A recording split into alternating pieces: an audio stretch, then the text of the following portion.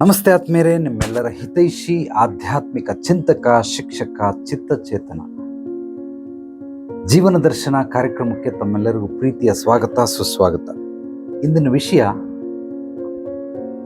ಅವರವರ ಮನಸ್ಥಿತಿಗಳು.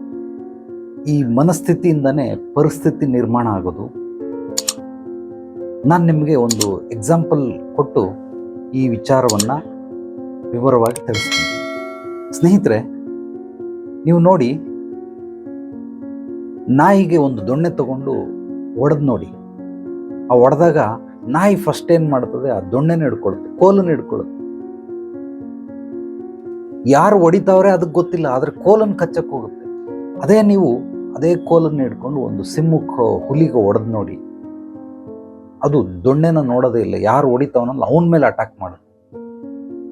ಯಾತಕ್ಕೆ ಈ ರೀತಿ?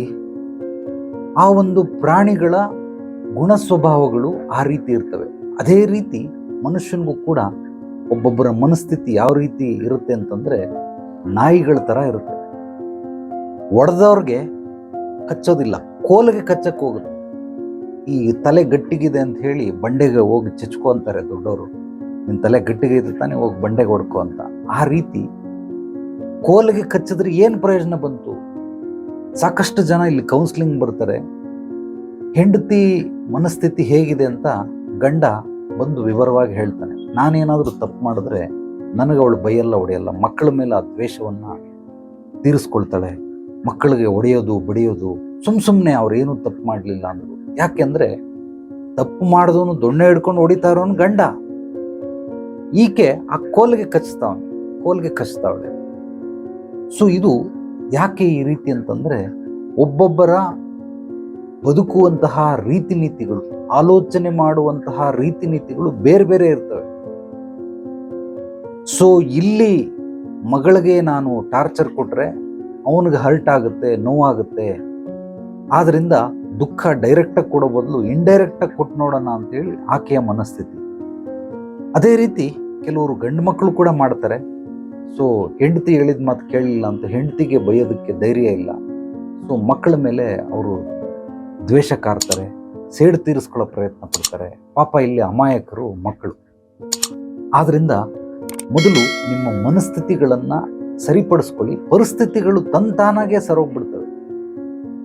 ಮನುಷ್ಯ ತನ್ನ ಅಜ್ಞಾನದಿಂದ, ದಡ್ಡತನದಿಂದ, ಮೂರ್ಖತನದಿಂದ ಮಾಡಿಕೊಂಡಂತಹ ಪರಿಸ್ಥಿತಿಗಳು ಖಂಡಿತವಾಗ್ಲೂ ಸ್ವಲ್ಪ ಬುದ್ಧಿವಂತಿಕೆ ಉಪಯೋಗಿಸಿ ನಾವು ಪರಿಹಾರ ಮಾಡ್ಕೊಳ್ಬಹುದು. ಕೆಲವೊಂದು ಸಮಸ್ಯೆಗಳು ನಿಸರ್ಗದತ್ತವಾಗಿ ಬಂದಿರ್ತವೆ. ಉದಾಹರಣೆಗೆ ಯಾವುದೋ ಒಂದು ಕಾರ್ ನಿಂತು ಗೂಳಿ ಬಂದು ಗುದ್ದು ಬಿಡ್ತು, ಡೆಂಟ್ ಆಗೋಯ್ತು. ಈಗ ಯಾರನ್ನ ಹಿಡ್ಕೊಂಡು ಜಗಳ ಮಾಡ್ತೀರಾ ನೀವು? ಗೂಳಿನ ಕೆಪಾಲಕ್ಕೆ ಕೊಡೋದು, ನೀನು ನನ್ನ ಗಾಡಿನ ಡ್ಯಾಮೇಜ್ ಕೊಡು, ದುಡ್ಡು ಕಟ್ಕೊಡು ಅಂತ ಹೇಳಿದ್ರೆ ಪಾಪ ಪ್ರಾಣಿ ಪಕ್ಷಿಗಳು ಎಲ್ಲಿಂದ ಕಟ್ಕೊಡ್ತವೆ? ಇದು ನಿಸರ್ಗದತ್ತವಾಗಿ ಬಂದಿರುವಂತಹ ಸಮಸ್ಯೆಗಳು. ನಾವು ಅದನ್ನು ಸ್ವೀಕರಿಸಲೇಬೇಕು, ಸರಿಪಡಿಸ್ಕೊಳ್ಬಹುದು. ಕೆಲವರು ಆ ಥರ ಮಾಡೋದಿಲ್ಲ. ಸೊ ಜಗಳ ಆಡೋದಕ್ಕೆ ಹೋಗ್ತಾರೆ, ತಾನಾಗಿ ತಾನು ಅಜ್ಞಾನದಿಂದ ಮಾಡ್ಕೊಂಡ್ಬಿಟ್ಟಿರ್ತಾರೆ ಸಮಸ್ಯೆಗಳನ್ನು. ಅದನ್ನು ಬುದ್ಧಿವಂತಿಕೆಯಿಂದ ಪರಿಹರಿಸ್ಕೊಳ್ಬೋದು. ಬಟ್ ಈ ರೀತಿ ಆದಂಥವಕ್ಕೆ, ನಿಸರ್ಗದತ್ತವಾಗಿ ಆದಂಥದಕ್ಕೆ ಯಾರು ಹೊಣೆ? ಈಗ ಕೇರಳದಲ್ಲಿ ಭೂಕುಸಿತ ಆಗೋಯ್ತು, ಏನು ಲಕ್ಷಾಂತರ ಕೋಟಿ ನಷ್ಟ ಆಗೋಯ್ತು ದುಡ್ಡು. ಅದನ್ನು ಎಲ್ಲಿ ಕೇಳ್ತೀರಿ? ಯಾರನ್ನು ಕೇಳ್ತೀರ? ಅದು ನಿಸರ್ಗದತ್ತವಾಗಿ ಬಂದಿರುವಂಥದ್ದು.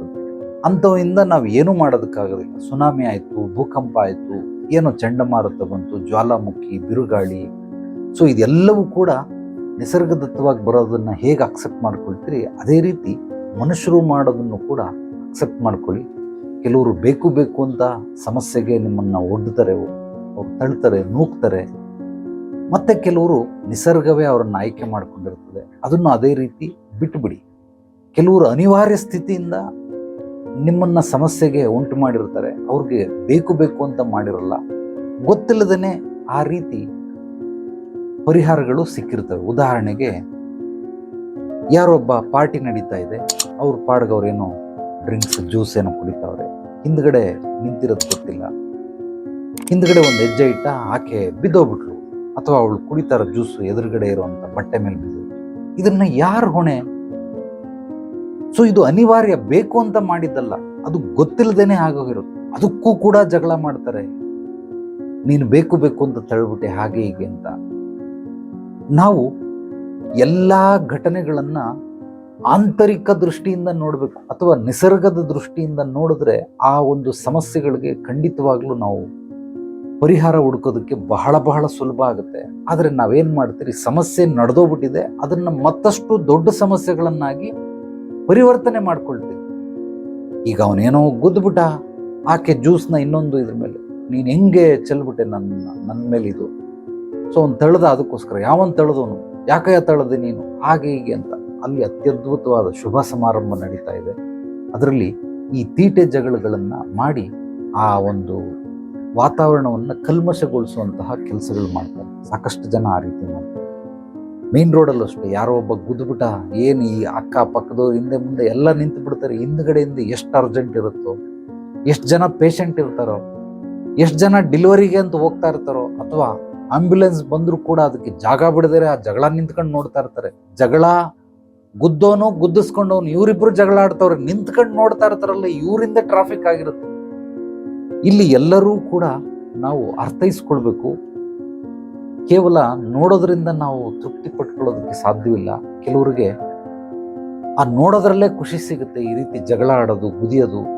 ಯಾರೋ ಒಬ್ಬ ಯಾವುದೋ ಒಂದು ಟ್ರಿಪ್ಗೆ ಹೋಗಿದ್ರಿ ನಾವು, ಅಲ್ಲಿ ಯಾರಿಗೂ ಇಬ್ರಿಗೆ ಮಾತುಕತೆ ನಡೆದು ಕತ್ತನ ಪಟ್ಟೆ ಹಿಡ್ಕೊಂಡು ಜಗಳ ಆಡ್ತಾರೆ. ಮೆಟ್ಲು ನಾನು ಮೇಲೆ ನಿಂತಿದ್ದೀನಿ, ಕೆಳಗಡೆ ಇನ್ನೊಬ್ಬ ನಿಂತವನು. ಅವನು ಮೆತ್ತಗೆ ಮಾತಾಡ್ತಾವನು, ಛೇ ಒಡಿಯ ನನ್ನ ಮಗನ ಒಡಿ ಗುದಿ ಅಂತ.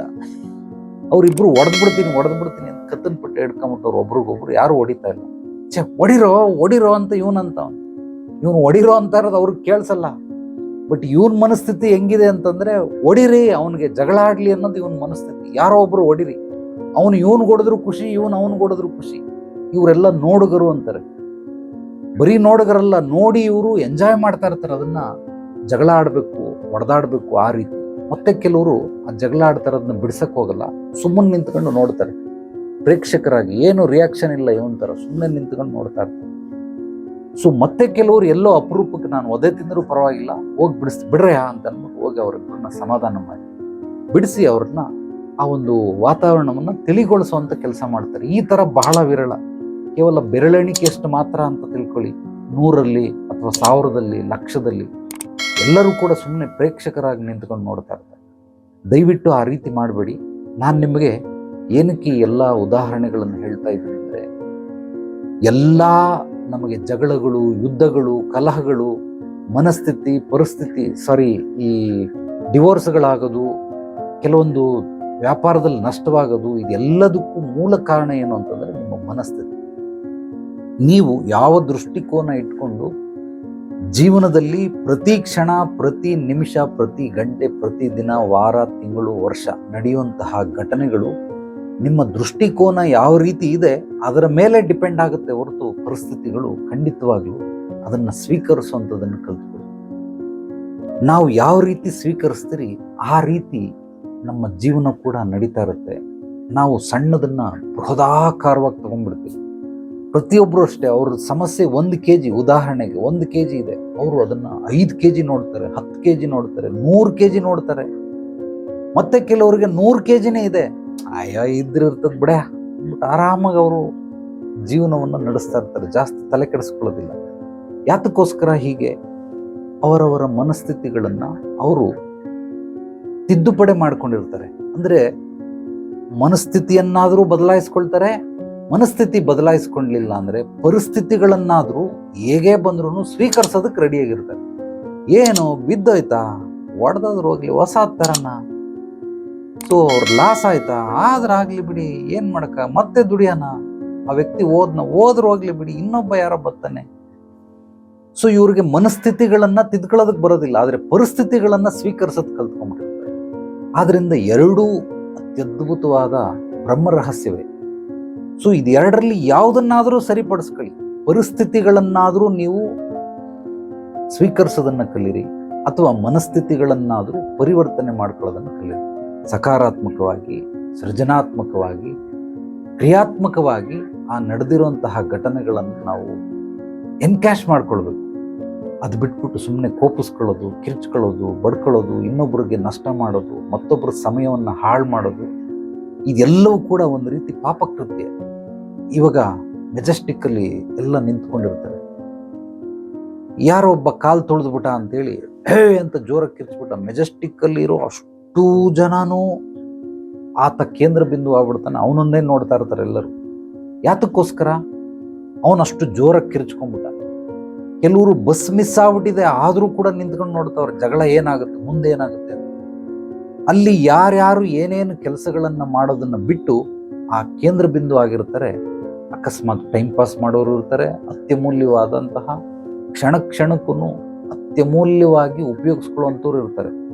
ಅವರು ತನ್ನ ಸಮಯವನ್ನ ಉಪಯೋಗಿಸ್ಕೊಳ್ಳೋದು ಬಿಟ್ಟು ಅವರನ್ನ ನಿಂತ್ಕೊಂಡು ನೋಡ್ತಾ ಇದ್ರೆ ಆ ಎಲ್ಲಾ ಪಾಪಕೃತ್ಯಗಳಿಗೂ ಅವನಿಗೆ ಟ್ರಾನ್ಸ್ಫರ್ ಆಗ್ತದೆ, ಯಾರು ಬಡ್ಕಂಡ ಅವನಿಗೆ.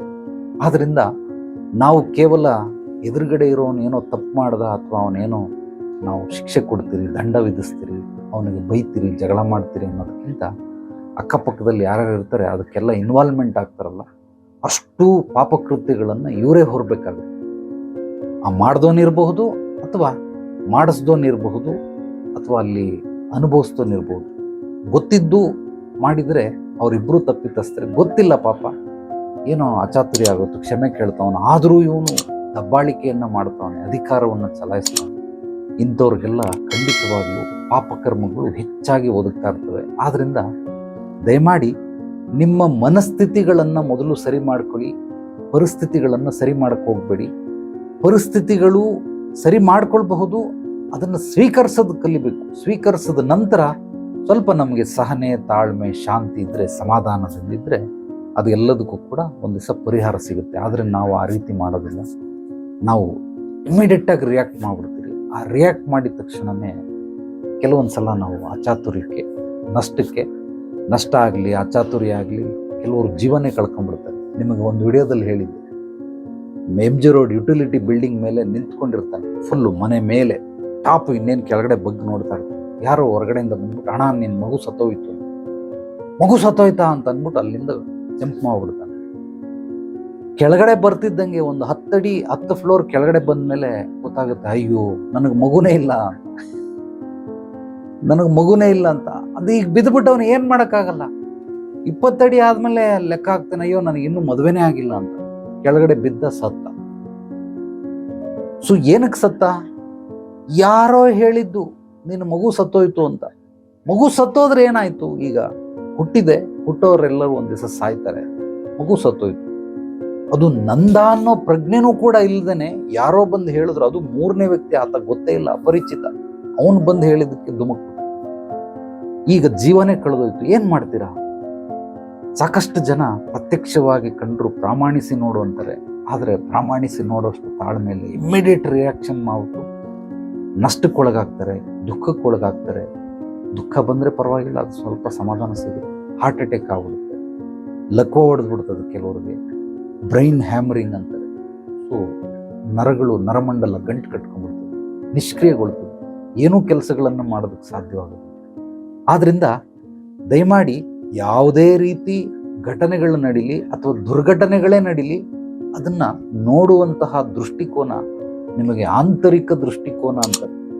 ಅಂದ್ರೆ ಅದನ್ನ ನಿಸರ್ಗದತ್ತವಾಗಿ ನಾವು ನೋಡಿದಾಗ ಎಲ್ಲವೂ ಕೂಡ ಅದರ ಪಾಡಗದು ಕ್ರಿಯೆಗಳು ನಡೀತಾ ಇರುತ್ತೆ, ಕರ್ಮಗಳನ್ನು ಮಾಡ್ತಾ ಇದ್ದಾರೆ. ನಾವು ಹೇಗೆ ರಿಯಾಕ್ಟ್ ಮಾಡ್ತೀರಿ ಅನ್ನೋದ್ರ ಮೇಲೆ ನಮ್ಮ ಮುಂದಿನ ಭವಿಷ್ಯ ಅಡಕವಾಗಿರುತ್ತೆ. ನೀವು ಅಷ್ಟೇ, ನಾನು ಹೇಳೋದನ್ನ ಗಮನ ಕೊಟ್ಟು ಆಲಿಸಿ, ಈ ವಿಡಿಯೋನ 2 ಸಲ ನೋಡಿ, ಮನನ ಮಾಡಿ. ನಾನು ಹೇಳಿದ್ದೇ ಸತ್ಯ ಅಂದ್ಕೊಳ್ಬೇಡಿ, ಮನನ ಮಾಡಿ. ನಿಮಗದು ನಿಜವಾಗ್ಲೂ ಸತ್ಯ ಅನಿಸಿದ್ರೆ ನೀವೆಲ್ಲರೂ ಫಾಲೋ ಮಾಡಬೇಕು.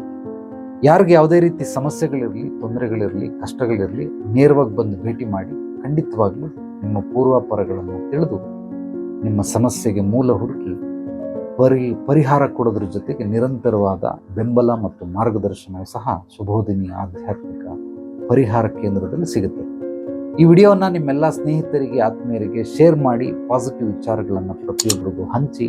ನಿಮ್ಮ ಕಾಮೆಂಟನ್ನು ಕೆಳಗಡೆ ಮೆನ್ಷನ್ ಮಾಡಿ, ಅಥವಾ ನನ್ನ ವಾಟ್ಸಪ್ ನಂಬರ್ಗೆ ವಾಯ್ಸ್ ಮೆಸೇಜ್, ಟೆಕ್ಸ್ಟ್ ಮೆಸೇಜ್ ಕಳಿಸ್ಬೋದು. ಏನಾದರೂ ಪ್ರಶ್ನೆಗಳಿದ್ದರೆ ಅದನ್ನು ಕೂಡ ನೀವು ಕೇಳಬಹುದು. ಎಲ್ರಿಗೂ ಒಳ್ಳೆಯದಾಗಲಿ. ನಾಳೆ ಮತ್ತೆ ಭೇಟಿಯಾಗೋಣ ಮತ್ತಷ್ಟು ಸತ್ತುಭರಿತ ವಿಚಾರಗಳೊಂದಿಗೆ. ಎಲ್ಲರೊಳಗಡೆಗಿರುವ ಭಗವಂತನಿಗೆ ನನ್ನ ಭಕ್ತಿಪೂರ್ವ ಪ್ರಣಾಮಗಳು. ಸರ್ವೇ ಜನೋ ಸುಖಿನೋ ಭವಂತು. ಶುಭರಾತ್ರಿ.